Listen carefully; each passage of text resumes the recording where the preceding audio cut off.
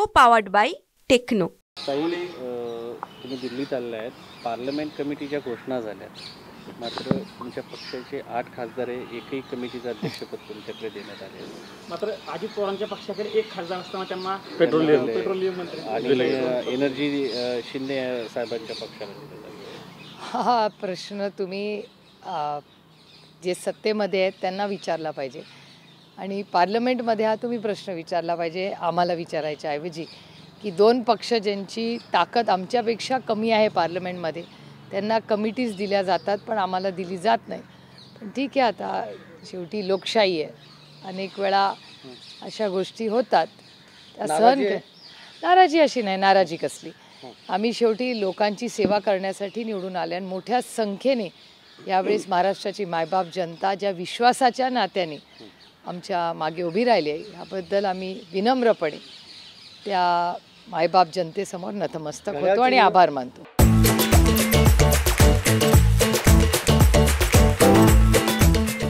घड्याळ सुनावणीच्या संदर्भात घड्याळ चिन्ह अजितदादांचं गोठवण्यात यावं अशी तुमची नवीन पिटिशन आहे. नवीन पिटिशन नाही, आधी पण मागणी केली. नवीन पिटिशन सुनावणी होणार आहे.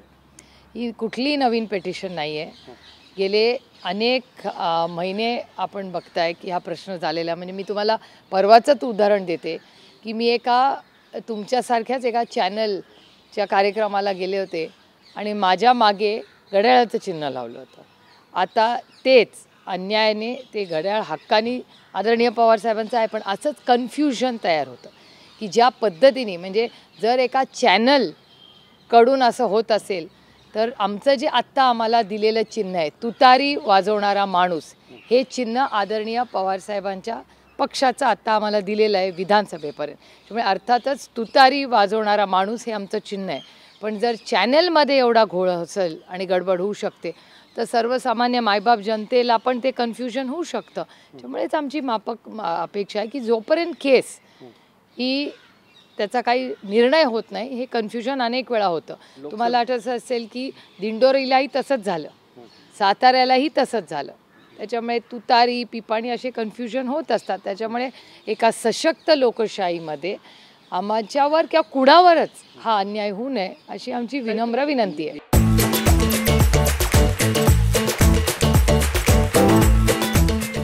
निवडणूक आयोगाकडे तुम्ही एक अशीच विनंती केली होती, त्यावरती निवडणूक आयोगानं स्थानिक स्वराज्य संस्थेमध्ये अशा पद्धतीचं सांधर्म्य असतं चिन्ह देऊ नये असं सांगितलंय. मात्र विधानसभा निवडणुकीला असं काही निर्णय घेतला नाही. हे दुर्दैव आहे की एका सशक्त लोकशाहीमध्ये पारदर्शकपणे कारभार झाला पाहिजे. दुर्दैवाने आमच्यावर अदृश्य शक्तीचं विशेष प्रेम असल्यामुळे सातत्याने कुठल्या ना कुठल्या कारणाने आमच्यावर अन्याय करण्याचा प्रयत्न हा सातत्याने अदृश्य शक्ती करते. पण अदृश्य शक्तीपेक्षा जास्ती ताकद ही या भारताच्या मायबाप जनतेमध्ये आहे. शिवसेनेचे नेते आहेत संजय शिरसाट, त्यांनी एक मोठा आरोप केला आहे, आनंद दिघेंची हत्या झाली नाही, त्यांना मारलं गेलं असा आरोप केला. मी तुम्हाला खरं सांगू, आत्ता या राज्यासमोर महाराष्ट्रासमोर महागाई, बेरोजगारी आणि भ्रष्टाचार अशी खूप मोठी आव्हानं आहेत. आणि जर हा आरोप असेल तर तो चॅनलवर करायच्या ऐवजी ते सरकारमध्ये, गृह मंत्रालय त्याच सरकारमध्ये, तिकडे जाऊन कंप्लेन करा ना. चॅनलवर हे स्टेटमेंट्स करणं म्हणजे आम्ही सगळे कधीच भडक भाषणं किंवा अशी काही करत नाही, कारण आम्ही भडक भाषणं आणि वैयक्तिक आरोप प्रत्यारोप करण्यासाठी राजकारणात आणि समाजकारणात आलेलो नाही. या महाराष्ट्राच्या आणि भारताच्या मायबाप जनतेच्या आयुष्यात एक चांगला बदल घडवण्यासाठी आम्ही राजकारणात आलेलो आहोत. मुख्यमंत्रीपद हे आलटून पलटून द्यावं अशी इच्छा अमित शहांकडे अजितदादांनी व्यक्त केलेली आहे. मला ह्याची काही माहिती नाही. ताई, निवडणुका आहेत पण सरकारकडनं नेहमी नवीन योजनांचा घोषणांचा पाऊस होत आहे. आता ज्येष्ठ नागरिकांसाठी महाराष्ट्र मुख्यमंत्री तीर्थदर्शन योजना सुरू केली. अहो, आतापासून इलेक्शन लागेस्तोवर काय काय योजना होतील.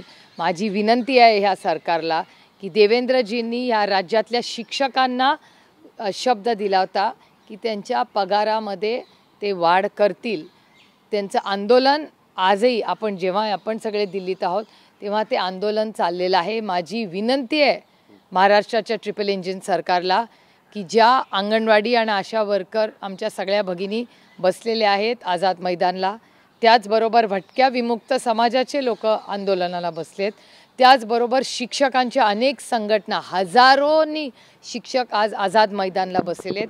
त्या सगळ्यांच्या प्रश्नांचा अतिशय गांभीर्याने विचार करावा आणि जो भूखंड आणि श्रीखंड वाटप चाललंय तो थोडा थांबवून या कष्ट करणाऱ्या शिक्षकांना, आमच्या अंगणवाडी भगिनींना, आमच्या आशा भगिनींना आणि भटक्या विमुक्त समाजाच्या ज्या फायली त्यांच्याकडे पडून आहेत त्याच्यावर विनम्रपणे मी विनंती करते, कृपा करा आणि सह्या करा.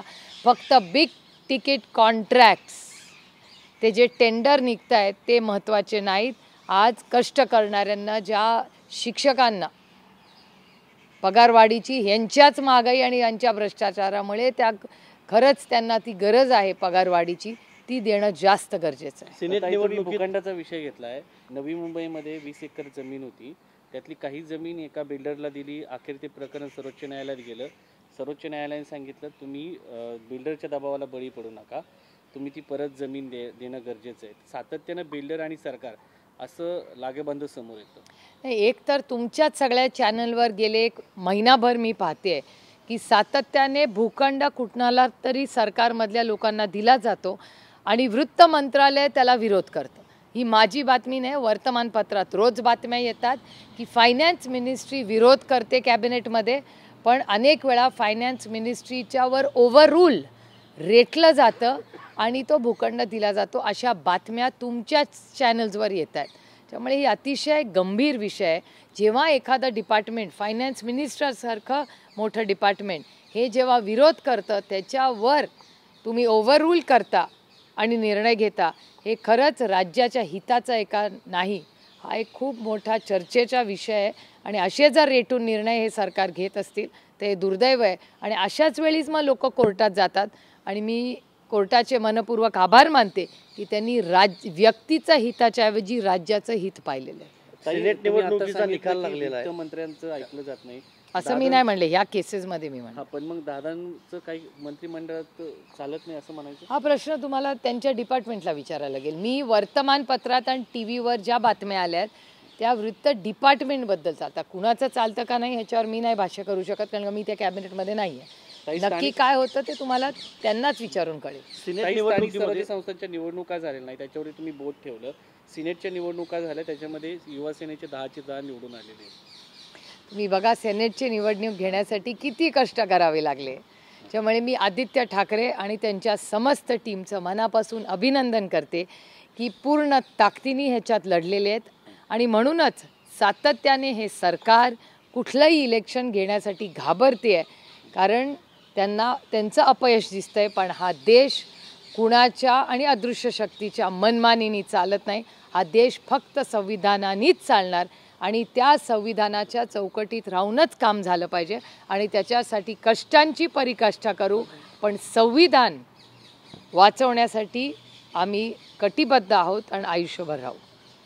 ताई, जंगी दौरे सुरू आहेत, सभा घेतल्या जात आहेत. अमित शहा, जे पी नड्डा, पंतप्रधान नरेंद्र मोदी महाराष्ट्राच्या वारंवार दौऱ्यावर येत आहेत आणि प्रत्येक प्रादेशिक वेळेस सुद्धा बैठका घेत आहेत.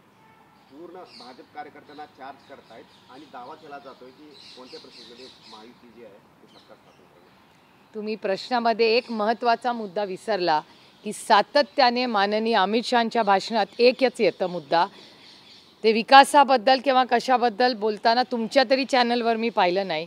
एक मुद्दा वारंवार येतो, आपल्याला शरद पवार आणि उद्धव ठाकरे यांना थांबवायचं आहे असंच वारंवार येतं आहे. म्हणजे ते काय करणार हे माहिती नाही, पण शरद पवार आणि उद्धव ठाकरेंना थांबवण्यासाठी ते इलेक्शन लढत आहेत. आणि एवढंच नाही, एवढे पक्ष आधी फोडून चिन्ह घेऊन काय काय केलं तरी अजून त्यांना त्यांच्या यशाचा कॉन्फिडन्स नाही आहे. त्याच्यामुळे मागच्या आठवड्यात माननीय अमित शहा तुमच्याच चॅनलवर दाखवण्यात आलं की अमित शहा असं म्हणाले की शरद पवार आणि उद्धव ठाकरेंचे अजून कार्यकर्ते फोडा, अजून पक्ष फोडा आणि सत्तेत या. म्हणजे ज्या लोकांनी, ज्या कार्यकर्त्यांनी भारतीय जनता पक्ष विरोधात असताना, विरोधी पक्षात असताना खुर्च्या उचलल्या, आंदोलनं केली, पार सतरंज्या उचलल्या, कष्ट केले, त्या सरकारला सत्तेत आणलं, कष्ट केले, विचाराबरोबर राहिले, त्या सगळ्या भारतीय जनता पक्षाच्या सगळ्या कार्यकर्त्यांवर अन्याय होतोय. आणि जेव्हा चांदीच्या ताटात गरम वाढण्याची आणि जेवायची वेळ आली तेव्हा ह्यांना बाहेरचेच लोक आठवतात. आणि मला आश्चर्य एका गोष्टीचं वाटतं की त्यांना स्वतःच्या टॅलेंटवर विश्वासच नाही आहे. सातत्याने त्यांना शरद पवारांची आणि उद्धवजींचा पक्ष फोडा, त्यांचे कार्यकर्ते आणा, नेते आणा, हे का करावं लागतंय? मग भारतीय जनता पक्षात टॅलेंट नाही? माझा विश्वास आहे की त्यांच्यात टॅलेंट आहे, पण अमित शहांचाच विश्वास नाही भारतीय जनता पक्षावर. हे दुर्दैव आहे खरं तर. को पावर्ड बाय टेक्नो.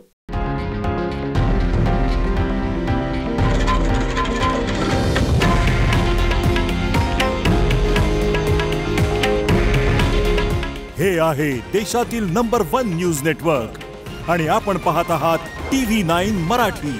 काळजी तुमची, हित महाराष्ट्राचं.